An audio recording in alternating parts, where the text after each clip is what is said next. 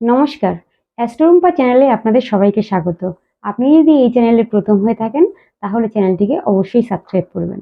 আজ বলবো কন্যা রাশির 2026 সাল কেমন যাবে। কন্যা রাশির মানুষেরা প্রচণ্ড ইমোশনাল হয়। এনারা যে কোনো কাজ করতে গেলে বড় কনফিউশনে ভোগেন।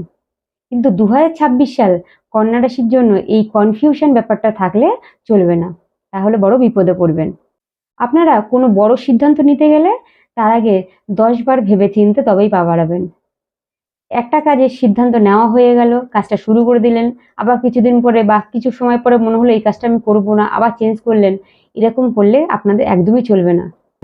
আপনারা যদি ভেবেচিন্তে ঠিক করে কাজ করেন তাহলে এই বছরটা আপনারা অনেক কিছু গেইন করতে পারবেন। যদি ভেবেচিন্তে কাজ না করেন তাহলে এই বছরে সবচেয়ে বেশি শত্রু হবেন আপনি নিজেই নিজের শত্রু হবেন। এবার আসি পড়াশোনার ক্ষেত্রে। পড়াশোনার ক্ষেত্রে কিন্তু যারা শিক্ষার্থী, যারা স্কুলে যাচ্ছ, তাদের এই বছরটা মিশ্র ফল দেবে। তোমরা যদি ভালো করে মনোযোগ সহকারে পড়াশোনা না করো তাহলে কিন্তু ভালো রেজাল্ট করতে পারবে না। যারা কম্পিটিটিভ এক্সাম নিয়ে পড়াশোনা করছো, সরকারি চাকরির জন্য প্রস্তুতি নিচ্ছ, তাদের জন্য এই বছরটা অত্যন্ত ভালো। একটু চেষ্টা করো, খুব ভালো রেজাল্ট করতে পারবে এবং এক্সাম ক্র্যাক করতে পারবে। কর্মক্ষেত্রে সরকারিজীবীদের উন্নতির বছর, কিন্তু যারা বেসরকারি চাকরি করেন তাদের কিন্তু কাজ চলে যাওয়ার একটা ভয় থেকে যায়।